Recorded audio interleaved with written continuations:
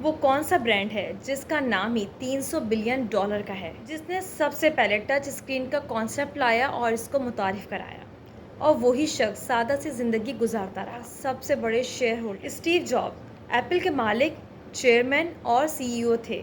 वो शख्स था जिसने सारी ज़िंदगी सादा सी गुजारी, जो लिवाइस की एक ही तरह के जीन्स पहनते थे, जो $10 की हाफ स्लीव्स की शर्ट पहना करते थे। स्टीव जॉब एप्पल के सबसे बड़े शेयर होल्डर थे। दुनिया की सबसे ज़्यादा ब्रांड वैल्यू की कंपनी एप्पल ही और एप्पल ने ही आईफोन को इंट्रोड्यूस करवाया और आज भी कामयाब कंपनियों में शामिल होती है। स्टीव जॉब्स सादा सी ज़िंदगी गुजारते रहा है। ये स्नीकर्स पहनते थे, नॉर्मल से शूज़ पहना करते थे और इनको एक वक्त में आके कैंसर हो गया था और कैंसर के बाद इंतकाल कर गए। कोई लग्जरी लाइफ नहीं थी स्टीव जॉब की। एक मर्सिडीज़ गाड़ी इनके पास 6 महीने रहती थी, क्योंकि नंबर प्लेट का इशू होता था। तो वो कहते थे इतनी झंझट में कौन पड़े, तो वो हर 6 महीने बाद दोबारा गाड़ी चेंज कर लिया करते थे और फिर वो मर्सिडीज़ ही लेते थे। बिल्कुल इन्होंने सादा सी ज़िंदगी ही गुजारी। अमीर लोग की ख़ास बात यह है कि वो सादा सी ज़िंदगी गुजारते हैं।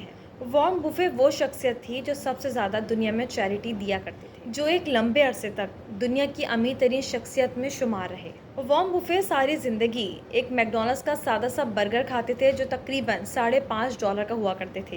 ये खुद ड्राइव किया करते थे। इन्होंने कोई ड्राइवर नहीं रखा हुआ था, जबकि सबसे ज़्यादा चैरिटी देने वालों में ये शुमार रहे हैं।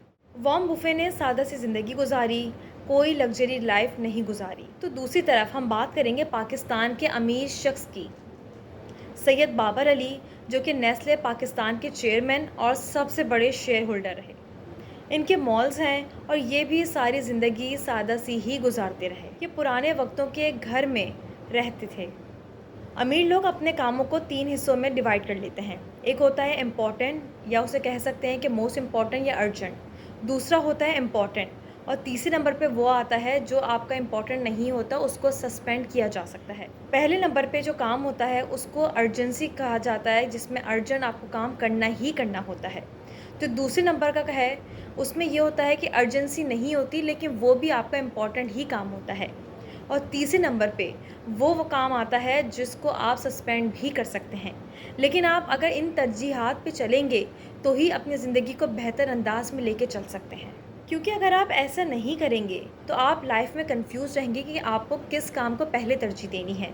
इसलिए आपका काम आसान हो जाएंगे और अमीर लोग भी इन्हीं तरजीहात पे ही चला करते हैं, क्योंकि फ़ैसला करना ज़रूरी होता है कि पहले आपको कौन सा काम करना है। तो आज ही अपने काम को 3 हिस्सों में डिवाइड करें और उसी पैटर्न को फॉलो करते जाएं।